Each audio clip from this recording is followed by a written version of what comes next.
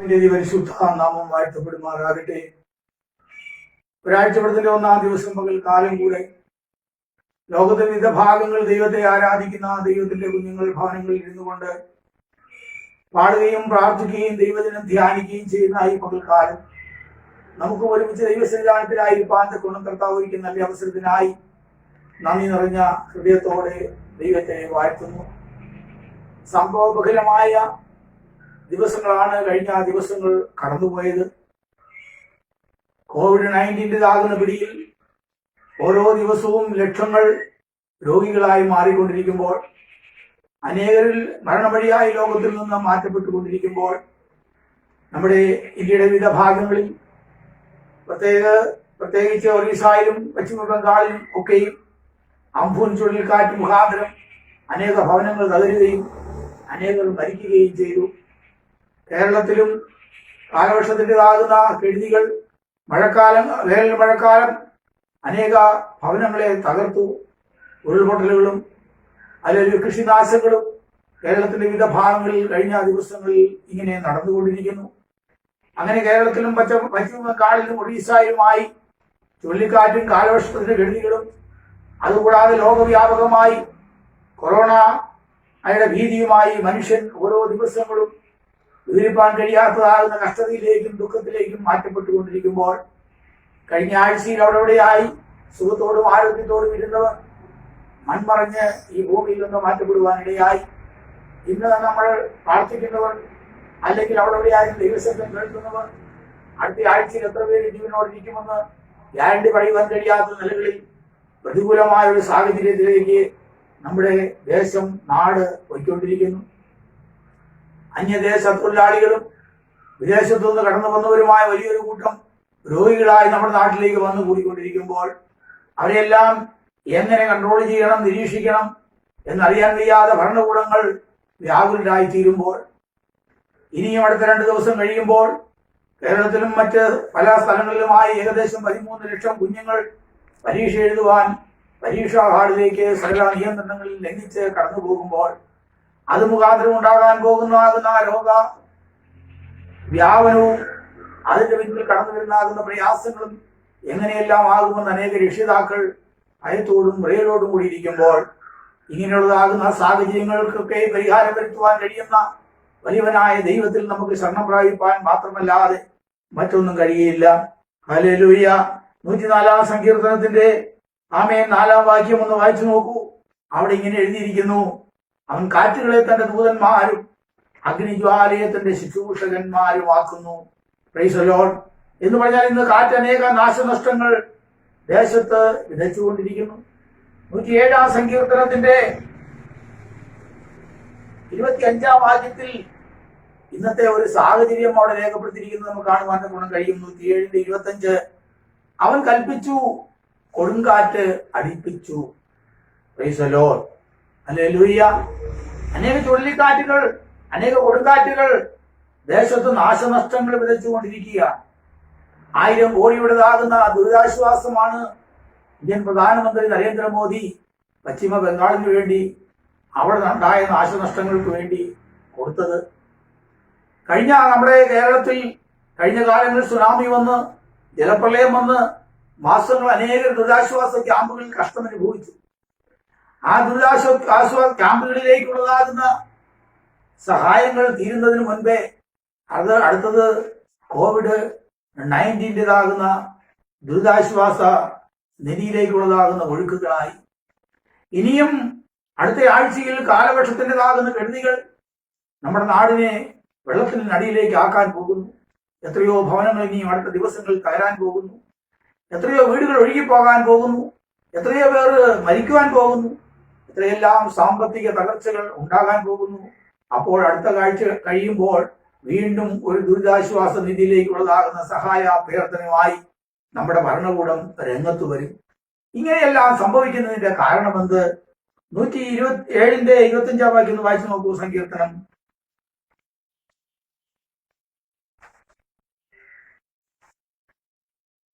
അവൻ കൽപ്പിച്ചു, യഹോവയായ ദൈവം പറഞ്ഞു കൊടുങ്കാറ്റടിക്കാൻ. അവൻ കൽപ്പിച്ചു. കൊടുങ്കാറ്റ് അടിച്ചു. അത് തിരകളെ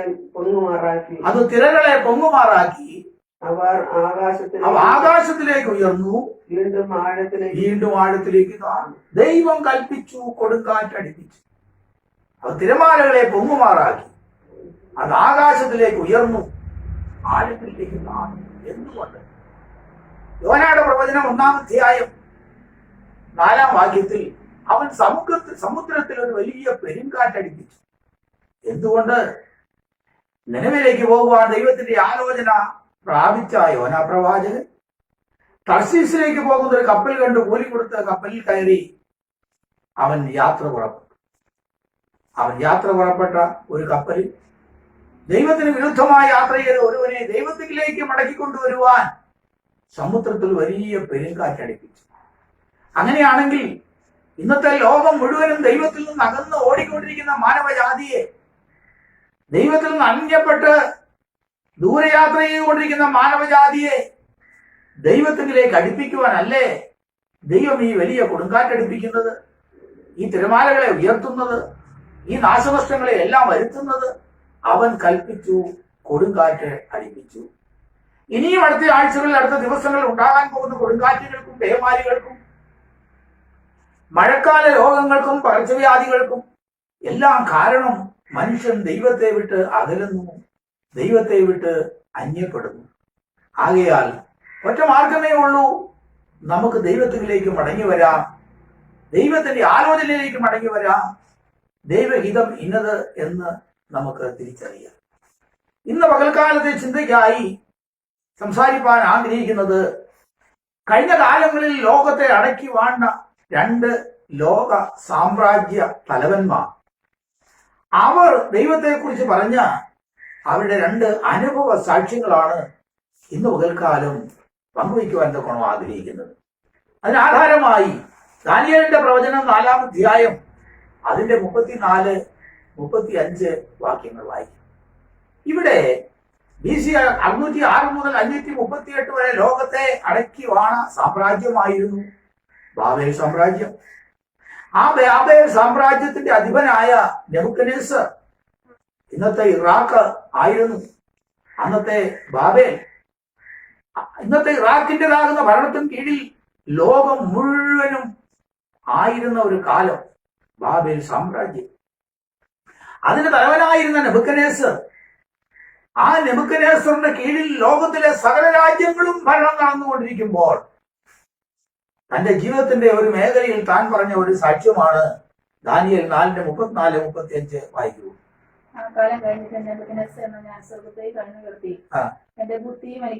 ആ കാലം കഴിഞ്ഞിട്ട് നെബൂഖദ്നേസറായ ഞാൻ, നെബൂഖദ്നേസർ പറയാ, തന്റെ അനുഭവ സാക്ഷ്യം പറയാ, തന്നെ കുറിച്ച് വേറെ ആരും പറയുന്നതല്ല.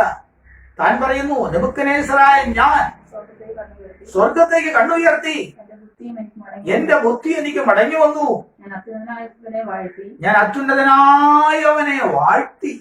ഇന്ന് ദൈവത്തെ ആരാധിക്കാതിരിക്കുന്നവരും ദൈവത്തെ ഭയപ്പെടാതിരിക്കുന്നവരും ദൈവസന്നിധിയിൽ മുട്ടുകുത്താതിരിക്കുന്നവരും ഓർക്കണം, ലോകത്തെ മുഴുവനും അടക്കി വാണുകൊണ്ടിരുന്ന ഒരു ഭരണകർത്താവ് തന്റെ അനുഭവത്തിൽ ദൈവത്തിന്റെ കരം ഭാരമായി വന്നപ്പോൾ ദൈവത്തിൽ നിന്ന് മര്യാദ പഠിച്ചു.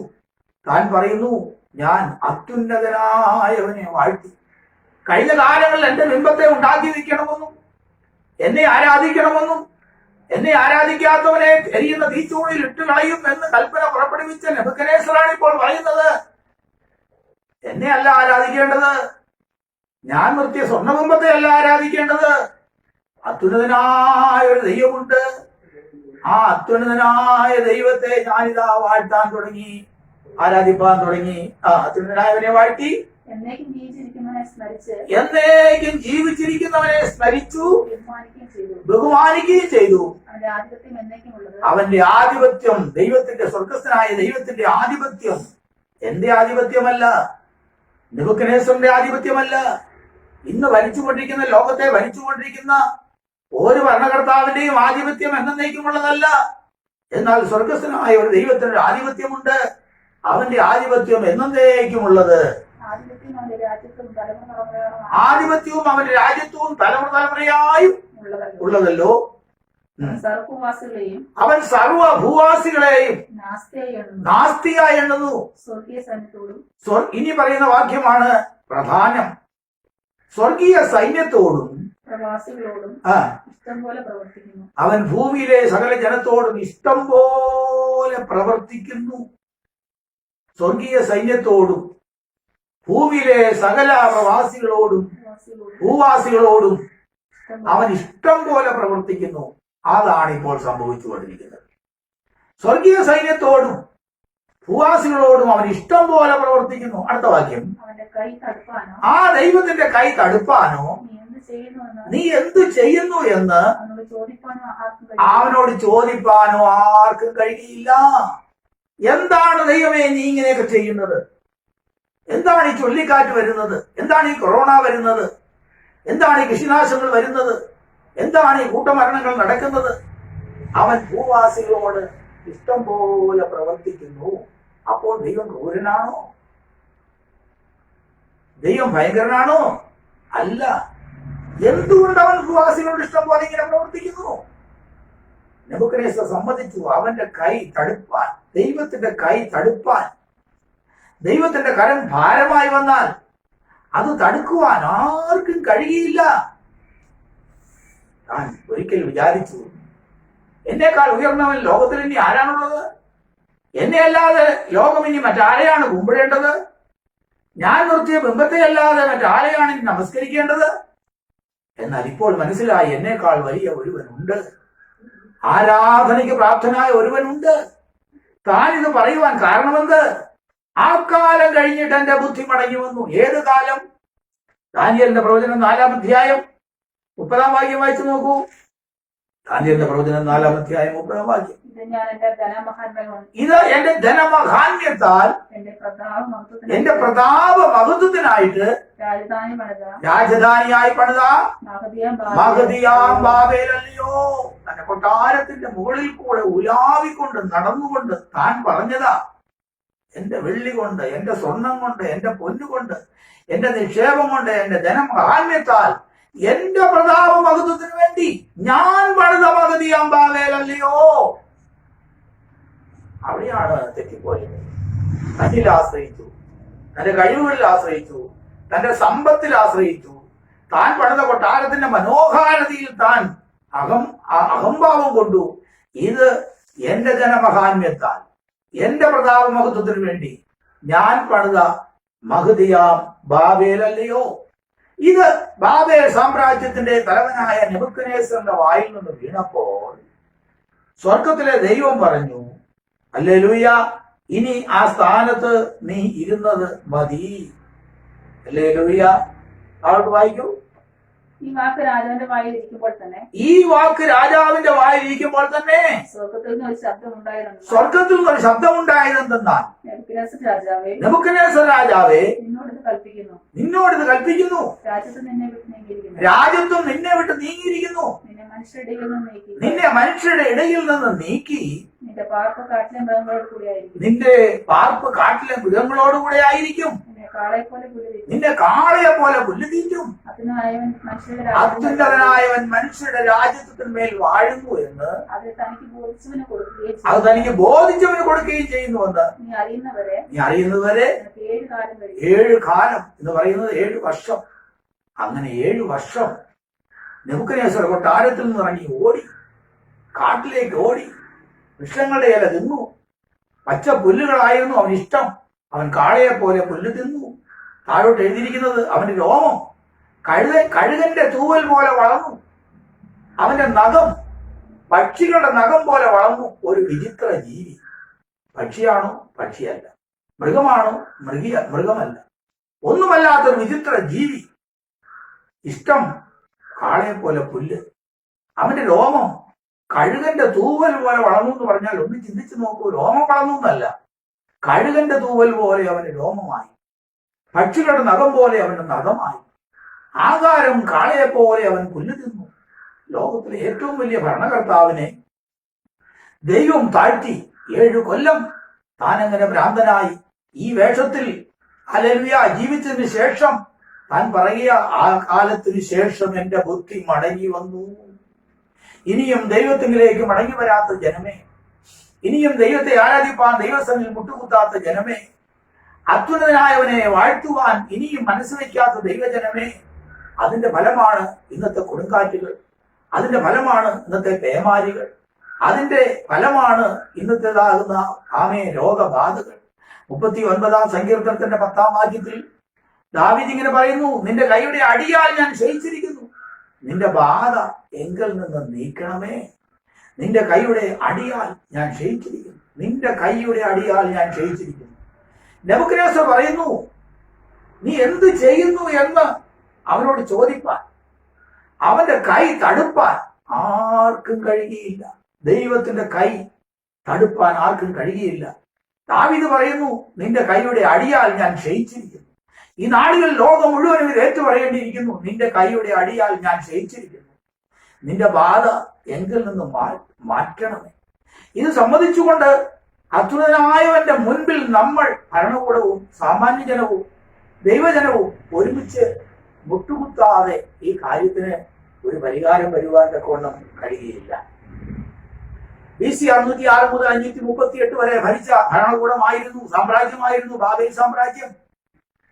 അതിനുശേഷം വന്ന ഒരു വലിയ സാമ്രാജ്യമാണ് മേദ്യപാർസ്യ സാമ്രാജ്യം. രണ്ടാമത്തെ സാമ്രാജ്യം BC 538 മുതൽ 331 വരെ നിലവിലിരുന്നു. മൂന്നാമത്തെ സാമ്രാജ്യമാണ് മഹാനായ അലക്സാണ്ടർ ചക്രവർത്തിയുടെ നേതൃത്വത്തിലുള്ള ഗ്രീക്ക് സാമ്രാജ്യം. അത് BC 331 മുതൽ 31 വരെ നിലവിലിരുന്നു. നാലാമത്തെ സാമ്രാജ്യമാണ് റോമാ സാമ്രാജ്യം. അത് BC 31 മുതൽ ആരംഭിച്ചു. ഈ 4 മഹാലോക സാമ്രാജ്യങ്ങളിൽ ആദ്യത്തെ സാമ്രാജ്യ തലവന്റെ വായിൽ നിന്ന് വീണ ദൈവത്തെ കുറിച്ചുള്ള സാക്ഷ്യവും സ്വന്തമായ അനുഭവമാണ് ഞാനിവിടെ പറഞ്ഞത്. രണ്ടാമത്തെ സാമ്രാജ്യ തലവനായ ഹല്ലേലൂയ കോരസ് എന്ന് പറയുന്ന രാജാവിനെ കുറിച്ച്, പിന്നീട് ബാബേൽ സാമ്രാജ്യത്തിന്റെ മുഴുവനും ഭരണം തന്റെ കൈക്കീഴിലായി കഴിഞ്ഞപ്പോൾ ചക്രവർത്തിയായി മാറിയ കോരേസ്. 2 ദിനവൃത്താന്ത പുസ്തകം 36-ാം അധ്യായം അതിന്റെ 23-ാം വാക്യം തന്റെ അനുഭവത്തിൽ നിന്ന് താൻ ദൈവത്തെ കുറിച്ച് പറയുന്ന ഒരു വാക്യമാണ് രണ്ടാമത് ചിന്തിക്കുന്നത്. വായിക്കൂ. പാർസി രാജാവായ പേർഷ്യൻ രാജാവായ കോരസ് ഇപ്രകാരം കൽപ്പിക്കുന്നു, സ്വർഗത്തിലെ ദൈവമായ യഹോവ ഭൂമിയിലെ സകല രാജ്യങ്ങളെയും എനിക്ക് തന്നിരിക്കുന്നു. കണ്ടോ, നെബൂഖദ്നേസറിന്റെ വാക്കുകളും കോരസിന്റെ വാക്കുകളും തമ്മിലുള്ള വ്യത്യാസം. ഇത് എന്റെ ധനമഹാന്യത്താൽ എന്റെ പ്രതാപ മഹത്വത്തിന് വേണ്ടി ഞാൻ പെടുന്ന മഹതിയാം ബാബേൽ അല്ലയോ എന്ന് ഒന്നാമത്തെ സാമ്രാജ്യ തലവനായ നെബൂഖദ്നേസർ പറയുമ്പോൾ, രണ്ടാമത്തെ സാമ്രാജ്യ തലവനായ കോരസ് പറയുന്നു, ഇത് സ്വർഗത്തിലെ ദൈവമായ യഹോവ ഭൂമിയിലെ സകല രാജ്യങ്ങളെയും എനിക്ക് നൽകി തന്നിരിക്കുന്നു. എന്റെ കഴിവുകൊണ്ടല്ല, എന്റെ സൈന്യത്തിന്റെ കഴിവുകൊണ്ടല്ല, എന്റെ സാമർഥ്യം കൊണ്ടല്ല, ഈ ലോകത്തിലെ സകല രാജ്യങ്ങളുടെയും ഭരണകർത്താവായി ഞാൻ തീർന്നിരിക്കുന്നത്. ഇത് പറയുന്നത് ഒരു യഹൂദനല്ല, പിന്നെ അന്യജാതിയിൽപ്പെട്ടവൻ, ഒരു പേർഷ്യൻ സാമ്രാജ്യത്തിൽപ്പെട്ടവൻ, യഹൂദന്മാരായി തന്റെ രാജ്യത്തിൽ ചിഹ്നിച്ചതിൽ കിടക്കുന്ന നെബൂഖദ്നേസർ അടിമകളായി തന്റെ രാജ്യത്തിൽ വർഷങ്ങൾക്ക് മുമ്പേ കൊണ്ടുവന്ന ഒരു കൂട്ടർ യഹൂദന്മാരുടെ ദൈവമായ യഹോവയായ ദൈവത്തെ, യഹോവയായ ദൈവം യഹൂദന്മാരുടെ ദൈവമല്ല, എങ്കിലും അന്ന് അങ്ങനെയാണ് ജനം കണ്ടിരുന്നത്. Price the Lord, hallelujah. ആ ദൈവത്തെ തന്റെ ദൈവമായി താൻ കണ്ടു, താൻ ഭയപ്പെട്ടു. ഈ ചിഹ്നിച്ചതിൽ കിടക്കുന്നവരുടെ ദൈവം വലിയ ദൈവമാണ്. അവൻ ഒരു ജാതിയുടെ മാത്രം ദൈവമല്ല, അവൻ സകല ഭരണകൂടങ്ങളെയും സകല രാജ്യങ്ങളെയും സകല ലോകത്തെയും അഖിലാണ്ടങ്ങളെയും നിയന്ത്രിക്കുന്ന വലിയവനായ ദൈവമാണെന്ന് തിരിച്ചറിഞ്ഞ കോരസ് പറയുന്നു, സ്വർഗസ്ഥനായ ദൈവം ഭൂമിയിലെ സകല രാജ്യങ്ങളെയും എനിക്ക് നൽകി തന്നിരിക്കുന്നു. ഈ കോരസ് ജനിക്കുന്നതിന് മുൻപ് 200 വർഷങ്ങൾക്ക് മുമ്പ് ജീവിച്ചിരുന്ന പ്രവാചകനാകുന്ന യെശയ്യാവ്, BC 750 ജീവിച്ചിരുന്ന പ്രവാചകനാകുന്ന യെശയ്യാവ് ഈ കോരസിനെ കുറിച്ച്, കോരസ് ജനിക്കുന്നതിന് മുൻപേ ബൈബിളിൽ രേഖപ്പെടുത്തിയിരിക്കുന്ന ഒരു വേദഭാഗമുണ്ട്. യെശയ്യാവിന്റെ പ്രവചനം 44-ാം അധ്യായം 28-ാം വാക്യം. കോരസ് എന്റെ ഇടയൻ, അവൻ എന്റെ ഹിതമൊക്കെയും നിവർത്തിക്കും. അന്ന് കോരസ് ജനിച്ചിട്ടില്ല. കോരസ് ഭരിച്ചത് BC 550 മുതൽ BC 530 വരെയാണ്. രാജാവായി താൻ ഭരണമേറ്റത് BC 559 പിന്നീട് താൻ ബാബിലോണിനെ കീഴടക്കിയത് BC 539. എന്നാൽ ഈ സംഭവങ്ങളെല്ലാം നടക്കുന്നതിന് മുൻപേ, ഈ വ്യക്തി ജനിക്കുന്നതിന് മുൻപേ സ്വർഗസ്ഥനായ ദൈവം പ്രവാചകനാകുന്ന യെശയ്യാവിൽ കൂടെ 100 വർഷങ്ങൾക്ക് മുമ്പേ രേഖപ്പെടുത്തി വെച്ചിരിക്കുക, കോരേശ് എന്റെ ഇടയൻ, അവൻ എന്റെ ഹിതമൊക്കെയും എന്ത് ചെയ്യും? നിവർത്തിക്കും. അന്ന് ഇന്ന് നെബൂഖദ്നേസർ തകർത്തിരിക്കുന്ന യെരുശലേം അതെന്ത് ചെയ്യും? പണിയപ്പെടും. അന്ന് യെരുശലേം, ഇത് പറയുമ്പോൾ യെരുശലേം തകർക്കപ്പെട്ടിട്ടില്ല. BC 750 BC 606 നെബൂഖദ്നേസർ ശേഷമാണ് യെരുശലേം ദേവാലയത്തെ നശിപ്പിച്ചതും യഹൂദന്മാരെ പിടിച്ചുകൊണ്ട് പോയതും. യെരുശലേം തകർക്കുമെന്നും ദൈവജനം അടിമകളായി പോകുമെന്നും എന്നാൽ അതിനുശേഷം യെരുശലേം പണിയുമെന്നും അതിനുവേണ്ടി ഒരുവൻ കോരേശ് എന്ന പേരിൽ ജനിക്കുമെന്നും എല്ലാം ലോകത്തിന്റെ ഭൂതം, വർത്തമാനം, ഭാവി സകല കാര്യങ്ങളെയും സ്വർഗത്തിലെ ദൈവത്തിന്റെ നിയന്ത്രണത്തിലാണ് എന്ന് ഇതിൽ പരം തെളിവുകൾ എന്ത് വേണം? ഇന്ന് ലോകത്തിന്റെ ഏത് രാജ്യങ്ങളിൽ ഭരിക്കുന്ന ഭരണകർത്താവായിരുന്നാലും ലോകത്തിൽ നടക്കുന്ന ഏത് സംഭവങ്ങളായിരുന്നാലും ദൈവത്തിന്റെ ആലോചന പ്രകാരം ഹിതപ്രകാരം അത്രയും നടക്കുന്നത്. തുടർന്ന് യെശയ്യാവിന്റെ പ്രവചനം 45-ാം അധ്യായത്തിന്റെ 1 മുതൽ 3 വരെ വീണ്ടും കോരേശിനെ കുറിച്ച് പറയുന്നു. വായിക്കൂ. യഹോവ തന്റെ അഭിഷിക്തനായ കോരേശിനോട് ഇപ്രകാരം അരുളി ചെയ്യുന്നു, അവൻ ജാതികളെ കീഴടക്കി രാജാക്കന്മാരുടെ അരക്കച്ചകളെ അടിക്കേണ്ടതിനും കതകുകൾ അവന് തുറന്നിരിക്കേണ്ടതിനും വാതിലുകൾ അടയാതിരിക്കേണ്ടതിനും ഞാൻ അവന്റെ വലം കൈ പിടിച്ചിരിക്കുന്നു. ദൈവം പറയുക, അവൻ ജനിക്കുന്നതിന് മുമ്പേ പറയുക, ഞാൻ കോരേശിന്റെ വലം കൈ പിടിച്ചിരിക്കുക, അവൻ എന്റെ ഹിതമൊക്കെയും നിവർത്തിക്കും, അവൻ രാജാക്കന്മാരുടെ അരക്കച്ചകളെ അഴിക്കും, ഇരുമ്പോൾ ആമ്പലുകളെ തകർക്കും. ഹല്ലേലൂയ. ഞാൻ അവന്റെ വലം കൈക്ക് പിടിച്ചിരിക്കുന്നു. നമ്മുടെ വലം കൈയിൽ ഒരാൾ പിടിച്ചു നടത്തുന്ന കാലം ഏതാണ്? ഒന്നുകിൽ നാം ഒരു കൊച്ചുകുട്ടിയായിരിക്കുമ്പോൾ, 2 or 4 വയസ്സ് പ്രായമുള്ളപ്പോൾ, സ്വന്തമായി നടന്നാൽ താഴ്ചകൾ സംഭവിക്കും, വീഴ്ചകൾ സംഭവിക്കും എന്നുള്ള പ്രായത്തിൽ നമ്മുടെ മാതാപിതാക്കന്മാർ നമ്മളെ കൈപിടിച്ച് നടത്തും. പിന്നീട് നമ്മളെ കൈപിടിച്ച് മറ്റുള്ളവർ നടത്തുന്നത് എപ്പോഴാണ്?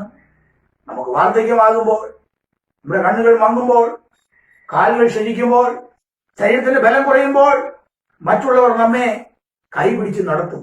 ഈ 2 പീരീഡല്ലേ മറ്റുള്ളവർ നമ്മെ കൈപിടിച്ച് നടത്തുന്നത്. നല്ല ഒരു യുവാവിനെ കൈപിടിച്ച് നടത്താൻ മാതാപിതാക്കന്മാരോ മറ്റുള്ളവരോ കൈയെ പിടിച്ച് തെരുവിൽ കൂടെ നടത്താൻ വന്നാൽ ആരെങ്കിലും സമ്മതിക്കുമോ? നാം എന്തു പറയും? തന്നെ നടക്കാൻ എനിക്കറിയാം, എന്റെ കാര്യം നോക്കാൻ എനിക്കറിയാം, എനിക്ക് ഓടാനും ചാടാനും യാത്ര ചെയ്യാനും എല്ലാം ആലോചിച്ചുകൊണ്ട് എന്നെ ആരും കൈപിടിക്കണ്ട. ലോകത്തെ മുഴുവനും ഭരിക്കുന്ന ഒരു ഭരണകർത്താവിന് ഞാൻ അവന്റെ വലം കൈക്ക് പിടിച്ചിരിക്കുന്നു എന്ന് ദൈവം പറയണമെങ്കിൽ ആ പിടി സ്വീകരിപ്പാൻ ഈ രാജാവ് തയ്യാറാകണ്ടേ? താൻ കൊച്ചുകുട്ടിയെ പോലെ മനസ്സുള്ളവനായി മാറണ്ടേ? ദൈവത്തിന്റെ കയ്യിൽ തന്റെ നിയന്ത്രണം പൂർണ്ണമായി വിട്ടുകൊടുക്കണ്ടേ? അതാണ് അതിന്റെ അർത്ഥം. തന്റെ കഴിവുകളോ തന്റെ ബുദ്ധിയോ തന്റെ സാമർഥ്യമോ ഒന്നുമില്ല ദൈവമേ, നീ എന്നെ കൈപിടിച്ച് നടത്തണമേ എന്ന് പറഞ്ഞ് ദൈവകരങ്ങളിൽ താഴുന്ന ഒരു വ്യക്തിയെ മാത്രമേ ദൈവത്തിന് കൈപിടിച്ച് നടത്തുവാൻ കഴിയുള്ളൂ. താൻ യഹോവ ഭക്തനായിരുന്നു എന്ന് മാത്രമല്ല, തന്റെ ഭരണം, തന്റെ ജീവിതം, സകല കാര്യങ്ങളും കോരേശ് ദൈവത്തിന്റെ കയ്യിൽ കൊടുത്തു. ഇന്ന് പകൽക്കാലം, ഇന്നുവരെയുള്ള എന്റെ ജീവിതത്തിൽ താഴ്ചയായിരുന്നു, വീഴ്ചയായിരുന്നു, തകർച്ചയായിരുന്നു, പരാജയമായിരുന്നു. ഇന്നുവരെയുള്ള എന്റെ ഭരണം തകർച്ചയായിരുന്നു, പരാജയമായിരുന്നു എന്ന് സമ്മതിച്ചുകൊണ്ട് ഭരണകർത്താക്കന്മാരായിരുന്നാലും സാമാന്യ ജനമായിരുന്നാലും വലിയവനായ ദൈവത്തിന്റെ മുമ്പിൽ കൊച്ചുകുട്ടിയെ പോലെ താഴ്ത്തി, കർത്താവേ നീ എന്റെ വലം കൈ പിടിക്കണമേ, നീ എന്നെ കരം പിടിച്ച് നടത്തണമേ എന്ന് പറഞ്ഞ ദൈവകരങ്ങൾ തങ്ങളെ തന്നെ ഏൽപ്പിക്കുവാൻ തങ്ങളെ കഴിയുമെങ്കിൽ ഉയരത്തുന്ന ഒരു കരം നീണ്ടുവരുന്നു നിന്നെ കരം പിടിച്ച് നടത്തുവാൻ. ഹല്ലേലൂയ. അവൻ പറയുന്നത് രക്ഷിപ്പാൻ കഴിയാതവണ്ണം എന്റെ കരം കുറുകി പോയിട്ടില്ല.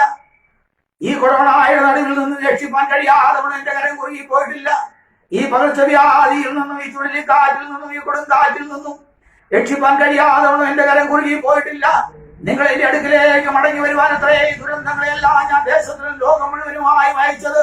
വിശ്വാസത്യാഗികളായ മക്കളെ മടങ്ങി വരുവീൻ, ഞാൻ നിങ്ങളുടെ വിശ്വാസത്യാഗം മാറ്റിത്തരാമെന്ന് പറഞ്ഞ് സൂര്യന്റെ ഉദയം മുതൽ അസ്തമയം വരെ ഭൂമിയെ വിളിക്കുന്ന വലിയവനായ ദൈവം ഒരു കരം നീട്ടിക്കൊണ്ട് നിന്റെ അടുക്കിലേക്ക് കടന്നു വരുന്നത് നിന്റെ ആത്മീയ കണ്ണുകൾ തുറന്ന് നിനക്ക് കാണുവാൻ ഗുണം കഴിഞ്ഞാൽ നിന്റെ ജീവിതം മുഴുവനായും നീ കരം നീട്ടി കൊടുക്കുന്നത് പോലെ വലിയവനായ ദൈവത്തിന്റെ കയ്യിലേക്ക് നീട്ടി കൊടുക്കുവാൻ ഗുണം കഴിഞ്ഞാൽ ഇന്ന് മുതൽ പുതിയ നിയന്ത്രണം സ്വർഗത്തിലെ ദൈവം നിന്റെ മേലും നിന്റെ കുടുംബത്തിന്റെ മേലും രാജ്യത്തിന്റെ മേലും സമൂഹത്തിന്റെ മേലും ഏറ്റെടുത്ത കാര്യങ്ങൾ ദൈവത്തിന് അനുകൂലമായി നീക്കുമെന്നുള്ളതിന് യാതൊരു സംശയവുമില്ല.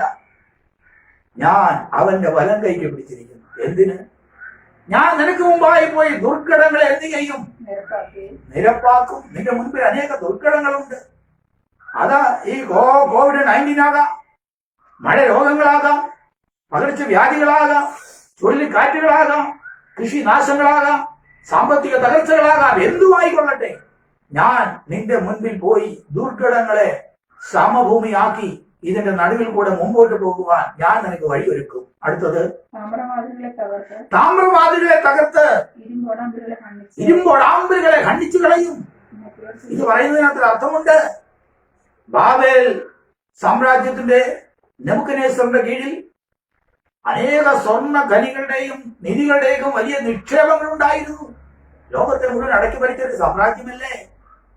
എന്നാൽ BC 539 കോരസ് ബാബിലോണിനെ കീഴടക്കിയപ്പോൾ ഏകദേശം 100ഓളം താമ്രവാതിലുകൾക്കകത്ത് ഉണ്ടാക്കിയിരുന്ന നിക്ഷേപിച്ചിരുന്ന നിധികൾ, സ്വർണ്ണ നിക്ഷേപങ്ങൾ, സമ്പത്തുകൾ, രഹസ്യ അറകളിൽ സൂക്ഷിച്ചിരുന്ന വലിയ നിക്ഷേപങ്ങളുടെ കലവറകൾ, താമ്രവാദികൾ, ആർക്കും തകർക്കുവാൻ കഴിയാത്ത താമ്രവാദികൾ, 100ഓളം താമ്രവാദികളെ തകർക്കുവാൻ ദൈവം കോരേശിനെ ഉപയോഗിച്ചു. കോരേശ് ജനിക്കുന്നതിന് മുമ്പേ ദൈവം പറഞ്ഞിരിക്കുക, നീ താമ്രവാദികളെ തകർത്തിരുമ്പോൾ താമ്രകളെ എന്ത് ചെയ്യും? ഖണ്ഡിച്ചു കളയും. എന്നാൽ കോരേശിന്റെ കാലത്ത് 100ഓളം താമ്രവാദികളെ തകർത്ത് അവിടെ ഉണ്ടായിരുന്ന അടുത്ത വാക്യം, ഇരുട്ടിലെ നിക്ഷേപങ്ങളെയും മലവെള്ളത്തിലെ ഗുപ്തനിധികളെയും ഞാൻ നിനക്ക് എന്ത് ചെയ്യും? നൽകിത്തരും. കോരേശിന്റെ കാലത്ത് അത് നിറവേറി. 100ഓളം താമ്രവാദികളെ തകർത്ത് ആ ഇരുട്ടിലിരുന്ന അനേക നിക്ഷേപങ്ങളെയും മറവെടുത്തിരുന്ന ഗുപ്തനിധികളെയും കോരേശിന്റെ കയ്യിൽ ദൈവം അത് കൊടുത്തു. ദൈവമില്ലാതെ സമ്പാദിച്ചു കൂട്ടുന്ന അനേക സമ്പാദ്യങ്ങൾ, ദൈവമില്ലാത്ത നിലകളിൽ കൂടെ മനുഷ്യൻ വാരിക്കൂട്ടുന്ന അനേക നിക്ഷേപങ്ങൾ, അവർ സമ്പത്ത് വർദ്ധിപ്പിക്കുന്നു. ആരനുഭവിക്കുമെന്ന് അറിയുന്നില്ല എന്ന് സങ്കീർത്തനക്കാരൻ പറയുന്നു. അവർ സമ്പത്ത് വർദ്ധിപ്പിക്കുന്നു. ഇന്ന് അനേക സമ്പത്ത് വർദ്ധിപ്പിക്കുന്നു. ആരനുഭവിക്കുമെന്ന് അറിയുന്നില്ല. ഹല്ലേലൂയ. അതനുഭവിപ്പാൻ അവകാശം അവന്റെ തലമുറകൾക്ക് ലഭിക്കാതെ മറ്റുള്ളവർ അർഹരായവർ വരുമ്പോൾ ആയിരത്തിരിക്കുന്ന നിക്ഷേപങ്ങളെയും മരണത്തിലെ ഗുപ്തനിധികളെയും ദൈവം അവർക്ക് നൽകിക്കൊടുക്കും. ഉദാഹരണം പറയാം. തിരുവനന്തപുരത്ത് പത്മനാഭ ക്ഷേത്രത്തിൽ ഗവൺമെന്റ് എത്ര മാസങ്ങൾ കണക്കെടുത്തിട്ടും എണ്ണിയിട്ടും അളന്നിട്ടും തൂക്കിയിട്ടും അളന്നോ എണ്ണിയോ തൂക്കിയോ തിട്ടപ്പെടുത്തുവാൻ കഴിയാത്ത അനേക ആഭരണങ്ങളും സ്വർണങ്ങളും വെള്ളികളും നിധികളും അവിടുത്തെ ശ്രീ പത്മനാഭ ക്ഷേത്രത്തിന്റെ അനേക രഹസ്യ നിലവറകളിൽ ഉണ്ട് എന്ന് ഗവൺമെന്റ് തന്നെ കണ്ടുപിടിച്ച് നാട്ടിൽ വാർത്താ മാധ്യമങ്ങളിൽ പരസ്യം ചെയ്തതാണ്. നിസാരം ഒരു തിരുവനന്തപുരം പത്മനാഭ ക്ഷേത്രത്തിൽ അനേക നിലവറകളിലായി മനുഷ്യനെ എണ്ണിയോ അളന്നോ തൂക്കിയോ തിട്ടപ്പെടുത്തുവാൻ കഴിയാത്ത അനേക നിക്ഷേപങ്ങൾ രഹസ്യ അറകളിൽ സൂക്ഷിക്കപ്പെട്ടിട്ടുണ്ടെങ്കിൽ അന്ന് നെബൂഖദ്നേസറിന്റെ കാലത്ത് ലോകത്തെ മുഴുവൻ അടക്കി ഭരിച്ച ഒരു ഭരണകൂടത്തിന്റെ കാലത്ത് നെബൂഖദ്നേസർ സൂക്ഷിച്ചു വെച്ചിരുന്ന അനേക നിക്ഷേപങ്ങളെ സ്വർഗത്തിലെ ദൈവം കോരേശിന്റെ കയ്യിൽ കൊടുത്തു. അത് പറയുകയാണ്, ഇരുട്ടിലെ നിക്ഷേപങ്ങളെയും മറവിടത്തിലെ ഗുപ്തനിധികളെയും ഞാൻ നിനക്ക് തരും. ഇന്നത്തെ സാഹചര്യത്തെ കുറിച്ച് നീ ചിന്തിക്കേണ്ട. ഇന്നത്തെ കഷ്ടതകളെ കുറിച്ച് നീ ചിന്തിക്കേണ്ട. ഇന്നത്തെ COVID-19 കുറിച്ച് നീ ചിന്തിക്കേണ്ട. ഇന്നത്തെ സാമ്പത്തിക തകർച്ചകളെ കുറിച്ച് നീ ചിന്തിക്കേണ്ട. ലോകത്തിലെ ഭരണാധിപനായ കോരേശ് തന്റെ ഭരണം ദൈവത്തിന് മുമ്പിൽ കാഴ്ചവെച്ച് തന്റെ കൈ ദൈവത്തിന്റെ കരങ്ങളിലേക്ക് നീട്ടിക്കൊടുത്തതുപോലെ ഇന്നത്തെ ഭരണാധിപന്മാരായിരുന്നാലും ഇന്നത്തെ സാമാന്യ ജനമായിരുന്നാലും ഇന്നത്തെ സാഹചര്യത്തെ കുറിച്ച് ചിന്താകുലപ്പെടാതെ ദൈവത്തിന്റെ കരങ്ങളിൽ താഴുമെങ്കിൽ സ്വർഗത്തിലെ ദൈവത്തിന് നിന്നെ പോറ്റുവാൻ, രാജ്യത്തെ പോറ്റുവാൻ, സമൂഹത്തെ പോറ്റുവാൻ, ലോകത്തെ പോറ്റുവാൻ ദൈവത്തിന്റെ കയ്യിൽ അനേക പദ്ധതികളുണ്ട്. Price the Lord. ഹല്ലേലൂയ. ചരിത്രകാരനായ ഹെറോഡോണസ് രേഖപ്പെടുത്തിയിരിക്കുന്നു, ബാബിലോണിനെ കീഴടക്കി കോരസ് 100ഓളം താമ്രവാദികളെ തകർത്ത് ഈ നിക്ഷേപങ്ങളെ ആമേൻ തനിക്ക് സ്വന്തമാക്കുവാൻ തക്കോണം കഴിഞ്ഞു. പക്ഷെ അപ്പോഴും തനിക്ക് പറയുവാനുള്ളത് ഞാനല്ല, എന്റെ മിടുക്കല്ല, എന്റെ കഴിവല്ല, സ്വർഗത്തിലെ ദൈവമാണ് ഈ ഭൂമിയിലെ സകല രാജ്യങ്ങളെയും എനിക്ക് കീഴടക്കി തന്നത്. Praise the Lord. ഹല്ലേലൂയ, ഹല്ലേലൂയ, ഹല്ലേലൂയ. ആമേൻ. ദൈവമക്കൾക്ക് പ്രത്യാശിക്കുവാൻ ഒരു സമ്പത്തുണ്ട്. ഈ ലോകം അതിന്റെ മോഹം ഒഴിഞ്ഞു പോകും. ദൈവേഷ്ടം ചെയ്യുന്നവനോ എന്നേക്കും നിലനിൽക്കും. Price the Lord. വെളിപ്പാട് പുസ്തകം 21-ാം അധ്യായത്തിന്റെ 16-ാം വാക്യത്തിൽ സ്വർഗത്തിലെ ദൈവത്തിന്റെ മക്കൾക്ക് വേണ്ടി ഒരുക്കിയിരിക്കുന്ന മനോഹരമാകുന്ന വീടിനെ കുറിച്ചും മുത്തുകളാലും രക്തങ്ങളാലും സകലവിധമാകുന്ന ആമേൻ ഹല്ലേലൂയ ആമേൻ വിലയേറപ്പെട്ട വസ്തുക്കളാലും പണിതിരിക്കുന്ന മനോഹരമാകുന്ന വീടിനെ കുറിച്ച് അവിടെ രേഖപ്പെടുത്തിയിട്ടുണ്ട്. കർത്താവ് അശരീയമായി ഭൂമിയിൽ നിന്ന് മാറ്റപ്പെട്ട് കടന്നു പോകുന്നതിന് മുൻപ് ഇങ്ങനെ പറഞ്ഞു, നിങ്ങളുടെ ഹൃദയം കലങ്ങി പോകരുത്. എന്നിൽ വിശ്വസിക്കേണ്ട പിതാവിന്റെ രാജ്യത്തിൽ അനേക വാസസ്ഥലങ്ങളുണ്ട്. ഞാൻ നിനക്ക് സ്ഥലമൊരുക്കുവാൻ പോകുന്നു. ഞാൻ പോയ സ്ഥലമൊരുക്കിയാൽ ഞാൻ പിന്നെയും വന്ന് ഞാൻ ഇരിക്കുന്നിടത്ത് നിങ്ങളെ എന്റെ അടുക്കൽ ചേർത്തുകൊള്ളും. താൻ ഒരുക്കാൻ പോകുന്ന സ്ഥലത്തിന്റെ ഒരു ഔട്ട്ലൈൻ പസ്മോസ് ദ്വീപിലിരിക്കുന്ന യഹോവയായ ദൈവം കാണിച്ചു കൊടുത്തു. ഹല്ലേലൂയ. നമ്മുടെ കർത്താവ് കാണിച്ചു കൊടുത്തു. ഒന്ന് വായിച്ചു നോക്കൂ. നഗരം സമചതുരമായി കിടക്കുന്നു. നഗരം സമചതുരമായി കിടക്കുന്നു. അതിന്റെ വീതിയും നീളവും സമം. അളവുകോൽ കൊണ്ട് നഗരത്തെ അളന്നു. 1200 നാഴിക എന്ന് കണ്ടു. അതിന്റെ നീളവും വീതിയും ഉയരവും സമം തന്നെ. അതിന്റെ മതിലളന്നു. മനുഷ്യന്റെ അളവിനെന്ന് വെച്ചാൽ ദൂതന്റെ അളവിന് തന്നെ 144 മുഴം ഉണ്ടായിരുന്നു. അതിനെ കുറിച്ചൊന്നും വിവരിപ്പാൻ സമയം പോരാ. വായിക്കൂ. 144 മുഴം ഉണ്ടായിരുന്നു. അതിന്റെ പണി സൂര്യകാന്തം. മതില് നമ്മുടെ ഇവിടുത്തെ ചുടുകെട്ട കൊണ്ടോ സിമെന്റ് കെട്ട് കൊണ്ടോ പണിത മതിലല്ല. സ്വർഗത്തിൽ ദൈവജനത്തിന് വേണ്ടി ദൈവം പണിയുന്നത് സൂര്യകാന്തം കൊണ്ടുള്ള മതിൽ. നഗരം സത്യസ്ഫടികത്തിലൊക്കെ തങ്കവുമായി. നഗരം മുഴുവനും തങ്കത്താൽ നിർമ്മിതമായത്. എന്തുകൊണ്ട് ഇന്നത്തെ സ്വർണവും വെള്ളിയും ആഭരണങ്ങളും ആഡംബരങ്ങളും ദൈവജനം അനേകരെ വേണ്ട എന്ന് വെക്കുന്നു. എല്ലാവരെയും കുറിച്ച് ഞാൻ പറയുന്നില്ല. തങ്കം കൊണ്ട് നിർമ്മിതമായ തെരുവീതി,